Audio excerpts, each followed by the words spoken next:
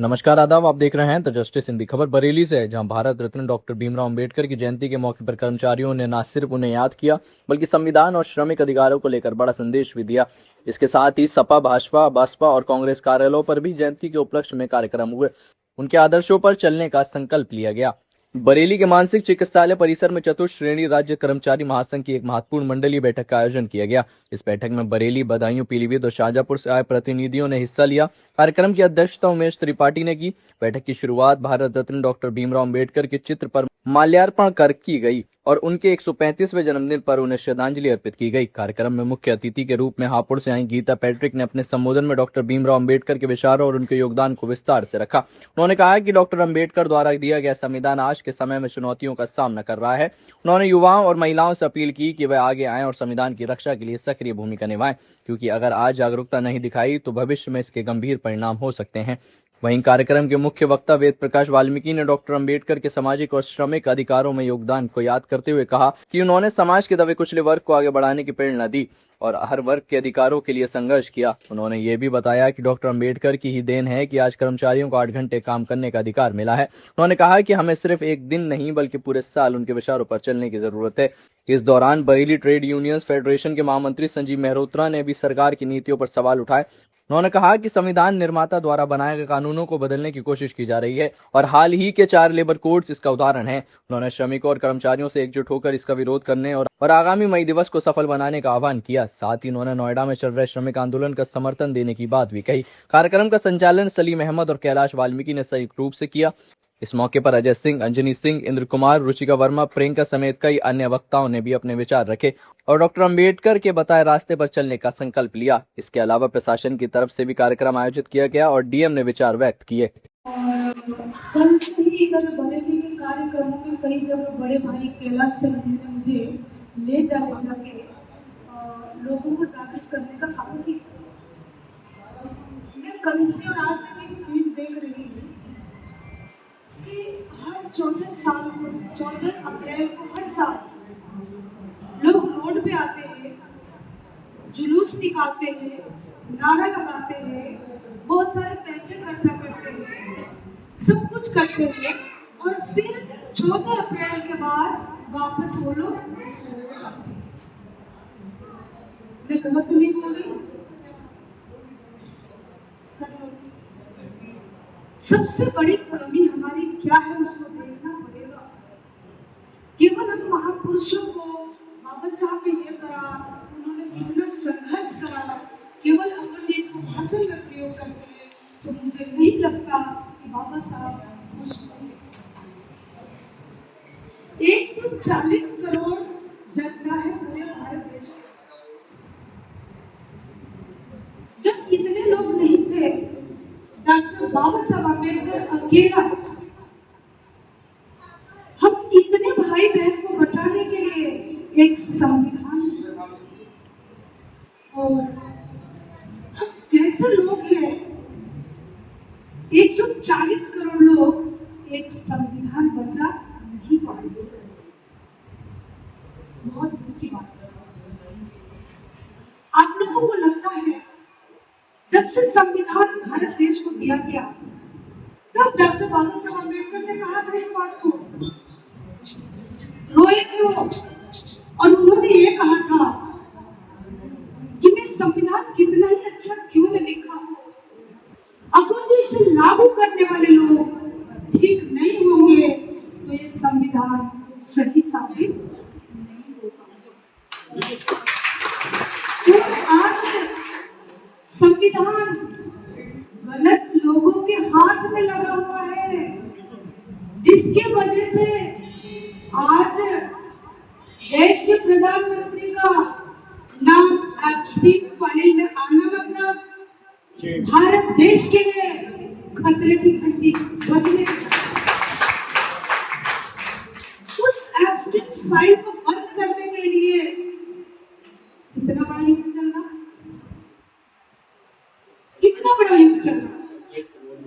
जिस ईरान से कितने वर्षों से भाईचारे का रिश्ता है, उन लोगों ने हमें बर्फी और समोसा सिखाया खिलाने। ये हमारे भारत देश की परंपरा नहीं है। वो हमको तेल देते हैं, कच्चा गैस देते हैं, बहुत सारी हमारी आवश्यकताएं चीजें देते हैं। बदले में वो कहते हैं कि हमें दाल चना दे दो अपने देश में। उसमें लोग बिचौलिया करते हैं कि नहीं, और उस बिचौलिया के चक्कर में आप देखो कितने कितने देशों की लड़ाई शुरू हो चुकी, कितने सारे ईमानदार शहीद हो रहे हैं इस टाइम पे, मैं बता नहीं सकती। तो हम लोगों को देश बचाने के लिए देश की जनता आगे आनी चाहिए, ना कि पॉलिटिकल पार्टियां।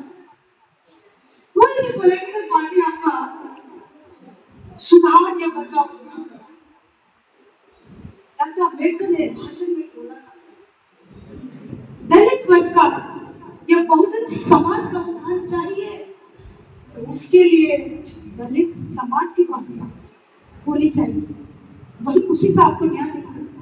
लेकिन आज के इस वर्तमान भारत में बहुजन समाज की भी पार्टियां, दलित समाज की भी पार्टियां हैं, लेकिन अन्याय अत्याचार बढ़ा है।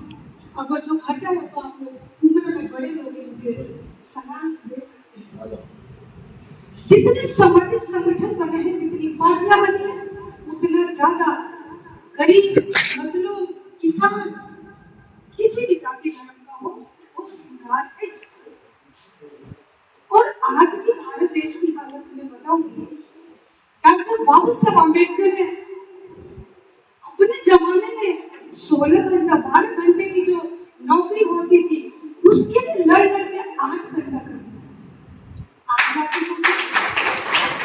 आज जाके पूछो पूरा 12 घंटे की नौकरी लागू हो गई है। हम तो अपने महल में बैठे रहते हैं, हमको अपने ऐशो आराम से फुर्सत नहीं है, हम तो 2 कदम पैदल नहीं चल सकते। हम आंदोलन करते हैं, सड़क पे निकलते हैं, रात को सफर भी करते हैं, अकेले पैदल भी चलना पड़ता है। क्यों चलते हैं? क्योंकि हम महापुरुषों को पढ़ते हैं। महापुरुषों को पढ़ने से विचार मिलते हैं, ताकत मिलती है, समझदारी आती है।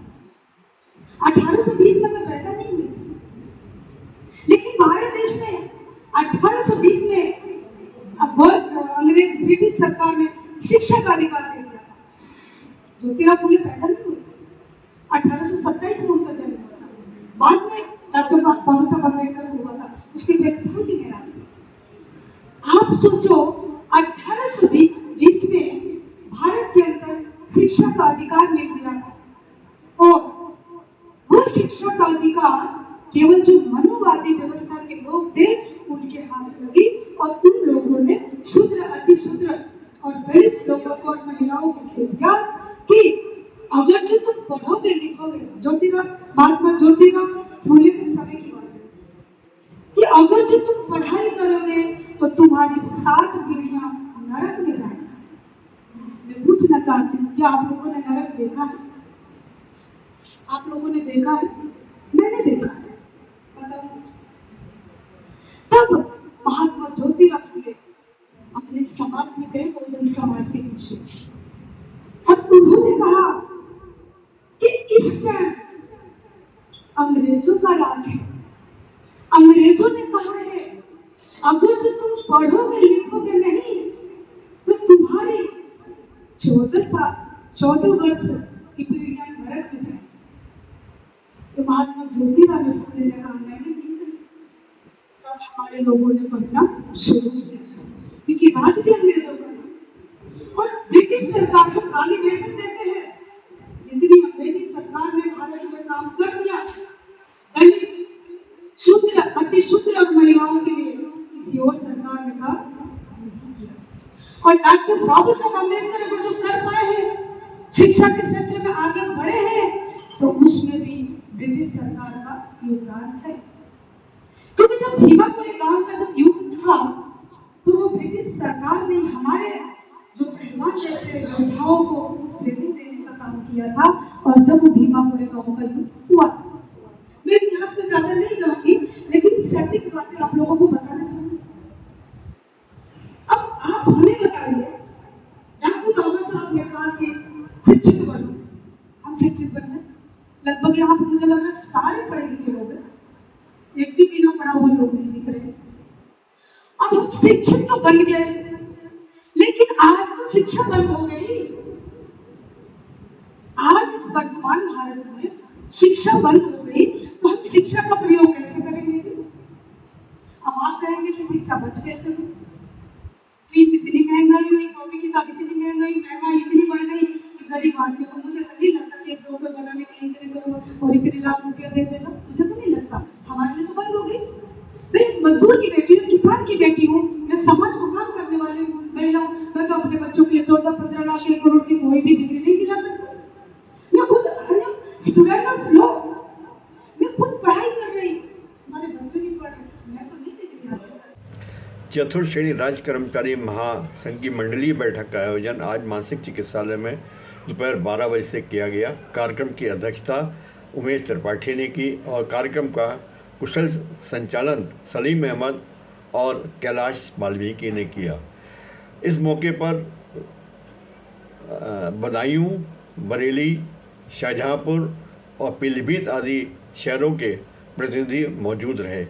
कार्यक्रम की शुरुआत डॉक्टर भीमराव अंबेडकर को उनके 135वें जन्म दिवस पर याद कर उनके फोटो के आगे माल्यार्पण और पुष्प अर्पित करके की गई। इस मौके पर तमाम वक्ताओं ने डॉक्टर भीमराव अंबेडकर की तमाम उपलब्धियों को बताया। मुख्य वक्ता के रूप में पधारी गीता पैट्रिक ने, जो हापुड़ से आई थी, उन्होंने अपने एक लंबे संबोधन में तमाम ऐसी चीज़ें बताई डॉक्टर भीमराव अंबेडकर और उनकी नीतियों के बारे में, जिनके द्वारा उन्होंने बताया कि किस तरह आज वो नीतियाँ बदली जा रही हैं वर्तमान सरकार के द्वारा और किस तरह ज़रूरत है अंबेडकर के द्वारा बनाए गए संविधान को बचाने की। कार्यक्रम में मौजूद वेद प्रकाश वाल्मीकि ने डॉक्टर भीमराव अंबेडकर के द्वारा निर्मित संविधान और तमाम उन नीतियों का जिक्र किया जो तमाम इतिहास बताता है। उन्होंने कहा केवल सीमित समाज के ही नहीं, पूरे देश के 140 करोड़ लोगों के लिए नीतियां बनाई हैं डॉक्टर भीमराव अंबेडकर जी ने।